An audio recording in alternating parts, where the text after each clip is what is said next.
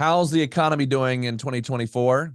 This episode, we interview Andrew Updike, who is a economist and guru. And so you really want to listen to this episode to understand where things are and where things are headed. To learn more about how to secure your retirement and all the different elements you need to know, please subscribe to our channel and hit the bell so you'll be notified when we release episodes every Monday. We have helped hundreds of our clients gain clarity and get on the path to a great retirement. Now it's your turn. Let's dive in.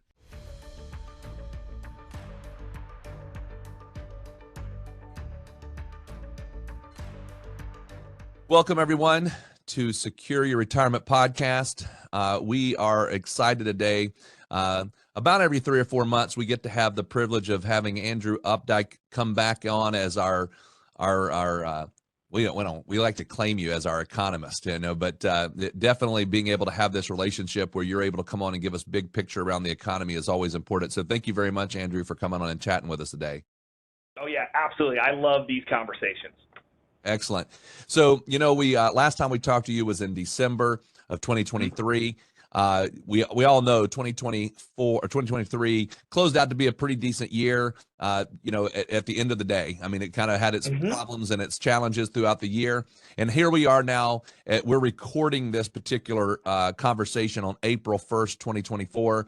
And we've started off the year not too bad. I mean, the year's kind of started out. I mean, when you look at it, not too bad, although there is a lot of conversations going on about a lot of what ifs. And so we kind of want to get your perspective, kind of give us like what you think, what you've seen so far for 2024 and kind of where we are right now and maybe some of the things that you're seeing from your perspective.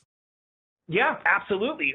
It's kind of crazy to think that we're already we are a quarter of the way here through 2024. There's been some strong data. There's been some weak data. I think the biggest thing that surprised people so far through the first quarter of the year is that the Fed's expectations, where inflation would be, when they would be starting the rate cut process, that by the end of last year, I think we all kind of knew hikes were probably behind us, but last time we talked in December, the markets were pricing in that the Fed was going to cut 6 times this year for about 1.5%. That's now really changed. They're looking at 2-3 cuts this year, and it's because that data has been stronger, which is positive from the development standpoint of like the economy keeps growing, but it's a headwind to the Fed saying we want to get inflation down to 2%. In fact, just last week, we had data out. It's the most important data release, personal consumption expenditure, PCE prices, and it actually ticked higher on a year-ago basis from the prior month. And if you looked at taking out food and energy, the very volatile components, that number is close to 3%. The Fed's new number, a year or two ago, they said, hey, we've got a new metric that we're going to focus on, which is services excluding housing. Because remember, we had that big goods inflation during COVID. The lumber was in short supply. Semiconductors were in short supply, right? They said, let's focus on the rest of the economy. That number is still over 3%. So the Fed is sitting here, and they had a meeting a week and a half ago saying, we don't yet have the confidence that we're ready to move. We don't yet have the confidence that inflation is going to sustain down to 2%. And some of that, right, is the things that nobody would have expected, right? When you get things, back in 2022, we had Russia invade Ukraine. That kind of threw things for a loop, pushed up prices. More recently, we've had the Red Sea. The conflicts there, which is rerouting ships down below Africa, adds about $1 million in fuel costs for that round trip. Just last week, we had the boat that collided with the Francis Scott Key Bridge in Baltimore. These are unexpected events that risk increasing inflation because transport might be more expensive, getting things may be more difficult. So I think the story here in the second quarter of the year is going to be very much focused on, do we see improvement in these numbers or do they stay roughly the same? Because if they stay roughly the same, if inflation kind of remains flat at this point at an elevated level, the Fed may have to move even later than what the market's pricing in. But we're growing. Consumers have the money to spend. Consumers continue to spend. It's this fight going on between strength in the economy and that keeping the pressure on inflation. Time will tell how that ultimately plays out. Awesome. It's always interesting to hear your perspective on things like this, Andrew. So, you know, the markets, if you go back to Q4 of 2023, just ripping and roaring, and then the beginning first quarter here of 2024, markets are up. And, you know, some of that I think is related to AI and some of your bigger like NVIDIA and some of those stocks and the bandwagoning around those. But, you know, with the idea of walking into the year with 6 potential rate cuts and now we're down to 2 to 3, you would think that the market would have reacted somewhat a little bit negatively towards hearing that Fed speak. And for the day or two, it did, right? But for the most part, it still trended upwards. So what's going on there? Yeah, I mean, it's kind of a continuation of last year. I mean, if you had told somebody at the beginning of 2023, beginning of last year, hey, this year rates are going to go up because the Fed's going to keep hiking, and profits, earnings on the S&P 500 are going to be flat to slightly down, I don't think there's too many people out there that would have said, oh, you know, market's going to be up 24% this year. But that's what we saw. And a lot of it was concentrated performance. Really what we saw was people willing to pay more for the companies. PEs expanded. And so there's kind of been this disconnect here between the logic, how you would expect things to progress, and how they have been progressing. I'll admit that makes us a little bit nervous, because when things get extended based on emotion, based on hopes or expectations, not based on performance or what we're actually seeing in the day-to-day, right? We've been through this before. We've been through these periods where a handful of companies get heavy concentration. Right now, top 10% of the market companies represent about 75% of the market's market cap. It's about the highest we've seen it going back 100 years. It is still quite condensed, quite concentrated. Now, what's interesting is you go down on size. You go to some of the lesser known companies, some of the, you know, more I shouldn't say mom and pop shop, but more general companies. They're still trading at relatively historically normal levels. It's just you've got that pocket pushing the market. And the question is, right, if everybody's running in one direction and anything causes that to shift, if everybody has to run for the exit at once, there could be increased volatility. So there's hope there. And I'll be honest, I like artificial intelligence. I like the idea of what it can do. My family is, both of my brothers and my dad are computer programmers. The interesting thing from an economic standpoint is we haven't really seen the output yet. We haven't seen a notable growth in productivity. We haven't really seen strong profit generation coming from that. Right now, it's very much expectation. So the market moving on expectations, the market moving in a direction that's counterintuitive should always make you pause a little bit and say, are we chasing something, or do we have a legitimate, reasonable, math-based reason for believing that this could continue? And that's hard to justify right now. Yeah. So prior to us actually starting the conversation, you mentioned something. I'm just going to bring it up. We don't need to spend a lot of time on it. Merce and I did a whole podcast here recently, and the whole concept of the podcast was, do elections really affect things, regardless of who is elected? And we kind of went through that. Yeah. But what we pretty much could say we're setting ourselves up for is a year of a lot of negative conversations, probably a battle, probably a lot of lawsuits, probably a lot of mess, right? And so could you just speak from your perspective, economically speaking, on an election in general? And obviously, last time we went through an election, for presidential election, it was difficult from a pure who's going to give in and who really is the president. Probably going to see all that again this year. So how do you see it from an economic standpoint? Because I know this, by the reason why I'm bringing this up is, while it may or may not, and you can answer the question, people's perception, it unnerves them. It unnerves them to have that. So can you just speak a little bit about that? Yeah, I mean, this is something we have to talk about every 2 years with midterm elections, or 4 years with that. So every 2 years, we're talking about politics in some shape or form. Presidential elections, everything gets intensified. And it's a frustrating thing as an economist, because we spend a lot of time in the data. I love to look at history and say, you know, let's look at market performance during economic performance during presidential changes. Let's look at it under Democrats. Let's look at it under Republicans. And what you notice is that it's relatively consistent, except when there's some major economic event. we always get this emotion that comes to it. And I feel people, as I crisscross the country, are like, yeah, it feels like elevation of emotions this year, right? We're going to, it looks like, have this repeat fight between Biden and Trump. And some people are like, oh, if that guy wins, I'm going to move to Canada. And the other guy's like, no, if your person wins, I'm moving to Canada. Well, go visit Toronto. I was there not that long ago. There's not that many Americans up there, right? So what this is something that we consistently see happen, but we also know, we know deep in our hearts that when the election results come out, right, roughly half the country is going to be upset, roughly half the country is going to be happy, and then everybody's going to go back to work. And Apple's going to build another iPhone regardless of who wins the election. Amazon's going to put another distribution facility closer to your home. And what the data tells us is, you know, we spend mental energy, we spend emotional energy, really focused on these topics. But at the end of the day, right, it's so much more about what we do. It's so much more about the entrepreneurs, the innovators, the workers, and what they do in terms of progressing things forward.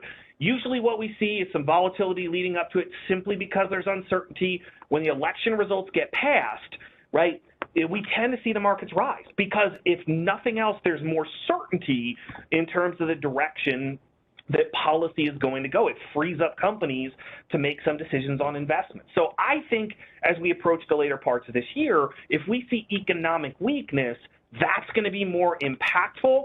I would say based on history, you have virtually never benefited from making significant investment changes based on the party that's in power. It has not been a good indicator of what direction the market's going to move, what specific sectors are going to perform necessarily all that much better, and yet we let it take a ton of our time. Yeah, that was pretty much our stance, is that there will be short-term issues just because of what was said the night before, right, and what headlines got chosen to be the top of the media and everything like that. But the longer term, it doesn't really have a massive impact on just purely data-wise. With rate cuts on the horizon, I think there's the idea of layoffs, I think, has been kind of going under the radar, but they're still happening, right? And layoffs are things that the Fed does want to see to a degree. And then, so where, I guess what I'm getting to is what is your company's stance at this point with how strong the economy has been, with how good employment has been, as far as potentially still walking into a recession, or, you know, what was it, soft landing, no landing, all these different potential outcomes. Where do you think you guys stand on? Yeah, I mean, so I'm still in the soft landing in terms of I still think that we could see a recession. It's not a particularly deep recession. It's an interesting one because in GDP, we got fourth quarter GDP numbers. For 2023, the U.S. economy grew by just over 3%. Now, when you break down those numbers and say, where did activity come from? One of the major contributors to activity last year is that we ran a $1.8 trillion deficit. The IMF, International Monetary Fund, estimates that government purchases last year was roughly 2% of that growth, 2/3 of the growth coming from government, which is that's not where you'd want it to be coming from. Over time, it's not typically a sustainable form. We cannot continue to run $1.8 trillion deficits. And when you start diving into the data, you see some interesting stuff. Employment is a great example. Last year, employment averaged about 250,000 jobs per month, which in order to keep the unemployment rate relatively flat, you needed at about 175,000 per month. Last year, activity was led by two sectors, government and healthcare, which is the largest government subsidized sector. They were roughly half of job gains, right? Again, in normal times, they're 17, 18%. It was an outsized impact, even in areas like employment, where you've got this government influence, this spending influence. And then you start diving into a lot of these things, and you notice one of the biggest issues that the Fed has to see overcome in order for them to start cutting is we've got to get some healing in terms of where the workers are. We saw a massive shift from the service sector down to the goods sector in 2020 into 2021 because that's all we could get.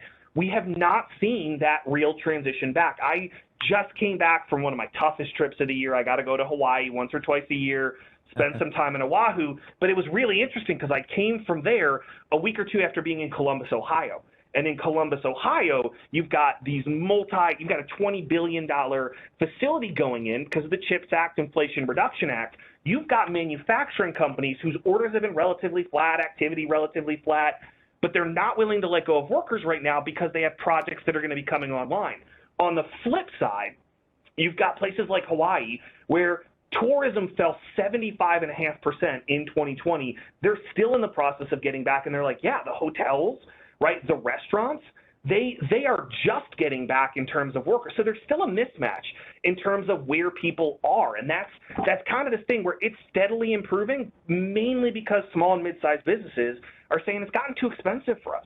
Right? Our rental costs are up, our inventory costs are up, our costs of hiring have gone up, our borrowing costs, right? You go back 4 years ago, they were borrowing for 3, 4, 5 years at 4.5%. Now it's closer to 9%. So some of the things that are helping to ease the Fed's path, right? Some of the things that are bringing inflation down is because of some weakness, some deterioration that we're seeing from pockets of the economy. And if you strip out that government side, right, and if you stop and think about this, does it make sense that we run the largest deficit as a percent of GDP we've ever seen outside of a global war or deep recession? Does it make sense that we spend $1.8 trillion when last year we grew 3% and we had an unemployment rate below 4%?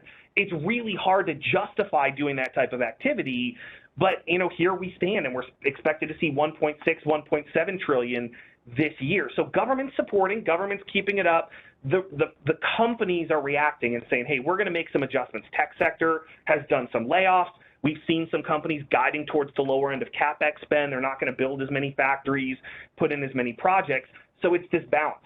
If government's propping it up, the other side is weakening, and if government has to step back, or if they don't grow, because remember, if they spent $1.8 trillion in deficit last year and they run a large deficit but not as large, they turn into a headwind for GDP instead of a tailwind. I think you're going to see moderation on that side, and more of what we're seeing in the private sector will flow through. Now, does that mean these tech companies won't continue to grow? I mean, there's major investment, right? There's a lot of spending in there. So you'll see pockets of strength within some of that weakness. I still think recession as deemed by the NBER, National Bureau of Economic Research, I still think they will say we had one this year, because manufacturing is moderated, retail sales, inflation adjusted, has been down year over year. If we see weakening unemployment and the unemployment rate rise, let's say above 4%, I think they may very well say, yes, we had it. It wasn't deep, but it was officially a recession. Excellent. So we like to always end these conversations positive. So I'm going to go with the negative. I'll let Merce go with the positive. So here we set first beginning of the second quarter of 2024. So could you lay out for us kind of like from your perspective, what are you concerned about? Like give us your top, whatever, 1, 2, 3 concerns that says we gotta get through this year and this could be our problems. Yeah, I think one of the biggest problems we could have is if the Fed does what people want it to do, if the Fed does what markets want it to do. The markets, when the Fed did their press conference, everybody's asking them, like, why can't you just start now? Go ahead, start. And you turn on the TV and they're like, look, consumer debt's at all-time record highs. We could dive in all deep in there. Consumers are actually fine, but they're trying to make all these arguments, and the politicians are making arguments. They're sending letters to the Fed saying, hey, start cutting rates, start making it more attractive for companies to do business. If the Fed starts cutting now before inflation is in check, if they cut too aggressively, the big risk we have is inflation reaccelerating. It would be a complete travesty if we quit this fight, the inflation fight, too soon, and we had to restart it again in 6 months, 9 months, 12 months. That, I think, is one of the biggest risks, taking very short-term gain and creating longer-term pain. The other issue I look at that I'm frustrated with are these spending numbers, right? I look at it, the Fed last year lost about $140 billion because they pay the banks to hold on to the excess money that they gave them a year, 2, 3 years. They spent over $200 billion given to the banks just to hold the money that the Fed gave them a year, 2, 3 years ago. I think we need to get some of these things in check. I think we really need to say, hey, some things got dislocated during COVID and even a little bit before that. We need to reevaluate and say what's sustainable, what promotes growth over time, and we need to make some of those adjustments. And so far I haven't seen in an election year, right, politicians don't like to cut. in an election year, they want to see the fastest growth they can so they can say, look what I did. They want to get that. They want the party right now. And I just think that short-term outlook, that short-term view is a risk that if we don't address it sooner, it's going to cause things to happen, more pain longer. Gotcha. So outside of the election, what are you most excited about for 2024? Yeah, so we are starting to see some broadening out, right? When we look at so last year, if you look at the profits numbers, one of the things you'll see is that earnings for the big 7 companies were up, let's say, roughly, I think about 24%, 25% earnings among the top 7 companies. The rest of the 493 saw their earnings decline 5 to 6%.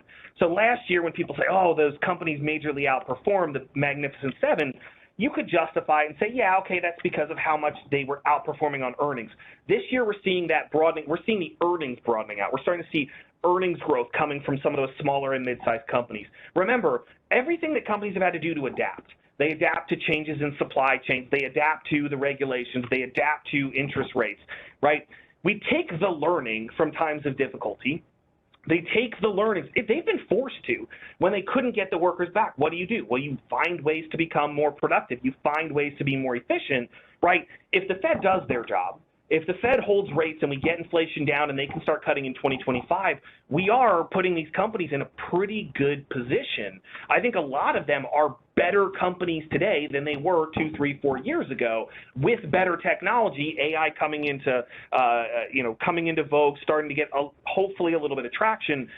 But we have the strength in these broadened out companies to see a more sustained push from the market, even if these top 6, 7 companies don't have the same level of charge. So I think that is a positive development, not fully reflected yet in some of the market movements, but it's focused in their data. And that, the market will realize that eventually. And I think that doing some of that broadening out right now will ultimately be rewarded. And, again, we sit here and I've over the last few weeks, I've been in very different parts of the country, whether we're talking Ohio, Hawaii, I've been in North Dakota, Minnesota, New York, New Jersey, right?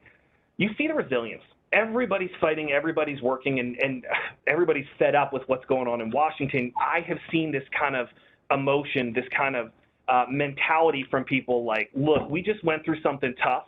We beat it. We got through COVID. We're off on the other side. Now let's go, and let's build upon what we've got.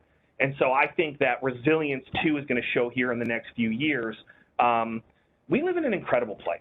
When you stop and think about it, we are sitting here in the United States, the most productive nation on the face of this earth, the world's technology leader, the epicenter of math and science, English being the international language of math and science. We are very well positioned, if we can get these things in check, to continue to be the global leader in growth. And I think we will. We just got to make sure that Washington doesn't derail us. Anything else, Merce?